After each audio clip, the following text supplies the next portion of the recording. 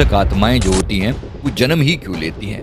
कबीले के लोगों को मारा, अब वो आत्मा तड़प रही है वापस अपने धाम में, अपने परमात्मा के, अपने प्रभु विष्णु जी के पास जाने के लिए तड़प रही है। जो भी थोड़ा सा भी बुरा करता, कुछ भी, उसको बुरी तरह से मरवा देते, तो वो बुरी से बुरी सजा दे देते थे। लेकिन अनेक आत्माओं की मृत्यु का वो कारण बना। सांप इत्यादि का जन्म दे दिया, बिच्छू इत्यादि का जन्म दिया। ये डाउनफॉल होता चला जाता है, और प्रवृत्ति नीचे और प्रवृत्ति नीचे। प्रकृति की जो जेल है, परमात्मा की जो जेल है, उसी का नाम नरक है। जो इनके आका टाइप के होते हैं ना, वो इनको इस तरीके से भरमा देते हैं, उनकी उस प्रवृत्ति पर चोट करते हैं। तुम्हारा धर्म खतरे में है, इसलिए ये करो, धर्म युद्ध लड़ो।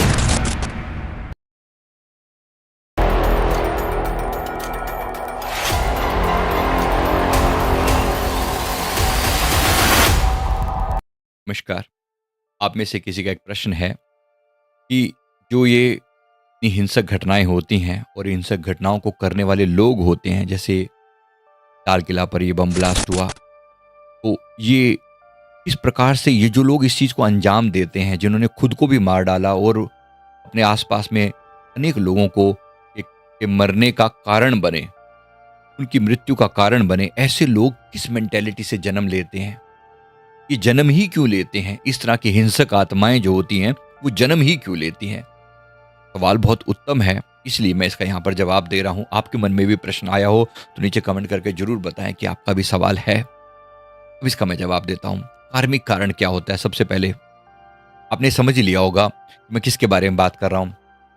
जो इस तरह के लोग होते हैं, जो हिंसक आत्माएं होती हैं, सवाल यह है कि क्या सच में ये लोग भी किसी पर्पस से ही भेजे जाते हैं, या ये यहाँ कर ही इस प्रकार की गंदगी मचाना सीखते हैं? ऐसी जो हिंसक आत्माएं होती हैं, क्या ये इनके पीछे कोई आध्यात्मिक कारण भी होता है जो इस प्रकार की ये हरकतें करती हैं? जैसे रावण जैसी, कंस जैसी आत्माएं क्यों पैदा हुई? इसी प्रकार इस तरह के नकारात्मक लोग जो आतंक फैलाते हैं, ये क्यों पैदा हुए? इसके बारे में बात करते हैं। यहाँ पर एक बात मैं समझा दूं, परमात्मा बिल्कुल न्यूट्रल है। यहाँ पर एक एनर्जी सिस्टम काम कर रहा है। परमात्मा को किसी को भेजने या ना भेजने से डायरेक्ट कोई कंसर्न नहीं है, जब तक उसके उस सिस्टम में कोई ना कोई नीड, रिक्वायरमेंट ना हो। अभी हिंसक आत्माएं किस टाइप की होती हैं, क्यों आती हैं? पहली बात, इनके पीछे जो कारण बता रहा हूं, ये अनसुलझे कर्म। एग्जाम्पल से बता रहा हूं। मेरी एक क्लाइंट है जो बहुत ज्यादा एग्रेसिव हैं। उनका बचपन से पता नहीं मुझे क्यों इतना गुस्सा आता है कि घर वाले उन्हें लेकर आए, वो खुद तो आ भी नहीं रहे थे, बहुत ही गुस्से में, बहुत ही नाराजगी के साथ। उन्होंने कहा कि मेरा हर चीज को देख के मारने का दिल करता है, बहुत गुस्सा आता है, बड़ी मुश्किल से जैसे तैसे करके अपने आप को संभाल के रखता हूँ। मैंने उनको ऑब्वियसली डॉक्टरी ट्रीटमेंट के लिए सलाह दी, लेकिन जो मैं आपके साथ शेयर कर रहा हूँ, विशेष रूप से क्या गड़बड़ थी जो उनको, उनकी बात के ऊपर मैं कह रहा हूँ ये वाली, तो मैंने उनका पास्ट जब देखा तो मैंने समझा कि ये जो व्यक्ति है का पास्ट में इस व्यक्ति के साथ एक बहुत ट्रॉमेटिक अनुभव हुआ था किसी दूसरे जन्म में। ये किसी दूसरे कबीले के लोग इनके गांव में आए और इनके पूरे कबीले के लोगों को मारा, जिसमें से इनका परिवार सबसे ज्यादा मुख्य था। इनके परिवार के जितने भी लोग थे, इसको छोड़कर बाकी सबको मार डाला गया। वो जो अंदर दर्द था, वो जो ट्रॉमा था, वो इतना मन में बंध गया कि अगर मेरे पास पावर होती मैं कुछ करता। इनके गुस्से से, फ्रस्ट्रेशन से भरा हुआ वो दिल, वो व्यक्ति आज जो है वो ऐसी हरकतें कर रहा है। आज उसका गुस्सा जगह जगह पर, हालांकि उसके बाद उसके और जन्म भी हुए जिसमें उन्होंने कुछ साधनाएं करी, गुरु की कृपा प्राप्त करी, तो कुछ हद तक उनका गुस्सा बहुत कंट्रोल है। अभी भी उन्होंने कभी किसी के प्रति कोई ऐसा बुरा नहीं किया, लेकिन अंदर कहर के गुस्सा अभी भी भरा पड़ा है, क्योंकि वो ट्रॉमा अनहील्ड है। एक तो इस तरह की आत्माएं होती हैं। दूसरा, किसी और का मैं एग्जाम्पल देकर बता रहा हूँ। दूसरी आत्माएं वैसी कि कुछ और अनसुलझे कर्म भी होते हैं। जैसे एक व्यक्ति का मैंने देखा, वो किसी प्रदेश के सेनापति थे और उनके अंदर वो हिंसक प्रवृत्ति शुरू से थी। शुरू से वो शिकारी रहे, मतलब उनके परिवार में उनको शिकार करते हुए लोगों ने देखा, और उन्होंने कहा कि उन्होंने जब देखा कि वो भी शुरू से जानवरों का शिकार क्या करते थे, और जब बड़े हुए, जब उनके पास वहाँ की सत्ता आ गई, पावर आ गई, तो उन्होंने वहाँ के लोगों का शिकार करना शुरू कर दिया। लिटरली लोगों का शिकार करने का मतलब है जो भी थोड़ा सा भी बुरा करता, कुछ भी, उसको बुरी तरह से मरवा देते, तो वो बुरी से बुरी सजा दे देते थे, क्योंकि उनके सब कुछ उनके हाथ में होता था। तो गुस्से में विस्फोटक, हिंसक प्रतिक्रिया और कंट्रोल करना, सबको कंट्रोल करना, अनेक कैदियों को उन्होंने क्रूर दंड दिए। वो टेंडेंसी, वो प्रवृत्ति जो पिछले से चली आ रही थी, वो कैरी फॉरवर्ड हो रही है। टेंडेंसी वैसे ही जिस चक्र पर जिए, जिस हिंसा के साथ जिए, उसी हिंसा के साथ कैरी फॉरवर्ड रहे। मजा आता था उनको ऐसा करने में। वो जो मजा है बार बार वही टेंडेंसी करने को, जैसे किसी व्यक्ति को इस तरह की दंडगी या नेगेटिविटी करने की आदत पड़ जाती है। हालांकि उनको सजा मिलती है, उसके बावजूद भी हर जो हिंसक व्यक्ति होता है जेल में जाकर सुधर थोड़ी जाता है, और हिंसक भी हो सकता है। ये उन लोग होते हैं जो सुधरते नहीं और हिंसक हो जाते हैं। तीसरा कारण बताता हूँ कि पीछे मैंने देखा, कलेक्टिव शैडो को इकट्ठा करना। कलेक्टिव शैडो का मतलब क्या होता है?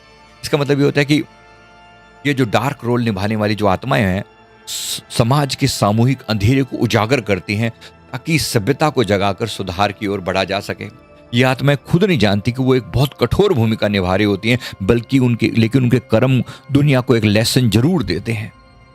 इसका मतलब यह है कि समाज की जो कलेक्टिव शैडो है, कलेक्टिव शैडो का मतलब क्या होता है? यहाँ पर सारे समाज में किसी तरह की गंदगी मची हुई, जैसे अत्याचार हो रहे हैं लेडीज के ऊपर, मान लो। अब ये एक नहीं, दो नहीं, अनेक जगहों पर हो रहे हैं, अनेक जगहों पर हो रहे हैं। अब एक व्यक्ति उनमें से ऐसा निकलता है जो अपने पर कोई अत्याचार इस तरीके से करता है कि वो चीज़ एकदम उजागर हो जाती है। उजागर हो जाती है मतलब वो एकदम से कलेक्टिवली दुनिया के सामने आ जाती है। फिर उसके ऊपर आवाज़ उठती है और सब लोग उसको चेंज करने के लिए, समाज में एक चेंज की लहर उठती है। उस हिंसा के कारण एक चेंज की लहर उठती है और फिर अनेक लोग फिर समाज में कुछ उसके लिए जो भी सुधार रिक्वायर्ड होते हैं, संविधान में चेंज या कानून बनाना है या समाज में एक जागरूकता आती है। उस हिंसा की वजह से समाज की जो कलेक्टिव डार्कनेस थी, इकट्ठी जो जगह जगह हो रही थी, जो प्रकट नहीं हो रही थी, वो किसी माध्यम से प्रकट होने लगती है। तो ये उसका भी परिचायक होती हैं। कुछ आत्माएं इस प्रकार की होती हैं। इनके साथ साथ एक और चीज जो होती है, कुछ आत्माएं ऐसी भी होती हैं जो स्वयं को ट्रांसफॉर्म करवाने के लिए ऐसा करती हैं। इसका मतलब क्या है? उदाहरण के लिए आपको पता होगा, जब रावण कोई सदा से रावण नहीं था। रावण का जो पहले का जन्म था, आपने सुना होगा उनके बारे में कि वो वास्तव में जय विजय नाम के जो द्वारपाल थे भगवान के द्वार पर, मतलब थे तो वो शुद्ध आत्माएं, लेकिन उनसे कुछ गलती हुई, उनका डाउनफॉल हुआ, अहंकार की वजह से उनका डाउनफॉल हुआ। अब वो आत्मा तड़प रही है वापिस अपने धाम में, अपने परमात्मा के, अपने प्रभु विष्णु जी के पास जाने के लिए तड़प रही है। वो क्या कर रही है? धरती पर आकर वो बुरे से बुरा कर्म कर रही है ताकि भगवान उसे मारने के लिए आए, कि पाप का घड़ा भर जाए और भगवान उसका संहार करें ताकि उसके मुक्ति प्राप्त हो और वापस आत्मा अपने वहां पर पहुंच सके। प्रेजेंट जीवन में अब कोई व्यक्ति के अंदर हिंसक प्रवृत्ति है या किसी धर्म विशेष के प्रति बहुत ज्यादा लगाव है या किसी भी चीज की जो चाहत है, काम, क्रोध, लोभ, मोह, अहंकार, ईर्ष्या, तृष्णा इत्यादि, कोई एक ऐसी इनके अंदर कुप्रवृत्ति है जो कि सामने वाला उसका फायदा उठाता है। कुछ जो इनके आका टाइप के होते हैं ना, वो इनको इस तरीके से भरमा देते हैं, उनकी उस प्रवृत्ति पर चोट करते हैं कि तुम्हारा धर्म खतरे में है, के लिए ये करो, धर्म युद्ध लड़ो। कोई लोग अपनी HAD बोलते हैं, मतलब ये उसको उसमें धर्म युद्ध के टर्म दे दी जाती है और फिर इनका जो दिमाग है वो पूरा ब्रेन वॉश करके उसमें वो नेगेटिव टेंडेंसी भरी जाती है और फिर ये लोग इस तरह की हरकतें करते हैं। ज्यादा तो लोग इस बात को ज्यादा एग्री करेंगे, है ऐसा, डेफिनेटली है। और ये कितना खराब है, कितना खराब है।